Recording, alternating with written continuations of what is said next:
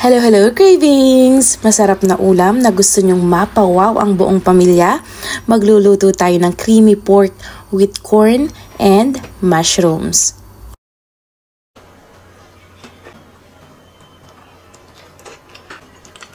Ang gagamitin po nating karne ay pork belly.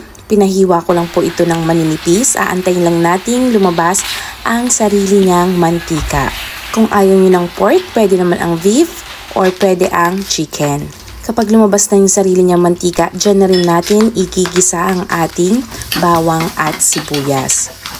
Pag nangamoy na yung ating bawang, isusunod naman natin yung ating onion. Kung nahihirapan po kayo ng ganitong pagluluto, pwede nyo na pong iahon muna yung ating karne at maggisa muna tayo. Sa atin namang mushrooms, ang gamit po natin ay yung nasa lata lamang. Huwag nyo pong itatapon yung sabaw dahil yun po ay napakalasa. Igigisa lang muna natin yung mushrooms at antayin lang natin itong mangamoy. Pag nangamoy na yung mushrooms, pwede nyo nang isama yung karne. Lalagyan natin ito ng paminta at gagamit ako dito ng pampalasang chicken cube. Halu-haluin lamang natin ito at ilalagay na natin dito yung juice ng ating mushrooms. Then isunod na din natin yung ating mga mais. Pwede po kayong gumamit ng cream of corn kung wala po kayong corn kernels. I-mix-mix lang natin ito ng bahagya at maglalagay na tayo dito ng evaporated milk. Kung may magtatanong po, pwede po ba ang heavy cream, pwede ang Nestle cream, pwede po. Mas mura kasi ang evaporated milk kaya dun na lang ako sa evaporated milk. Pakuluin natin ito at takpan muna natin for 5 minutes.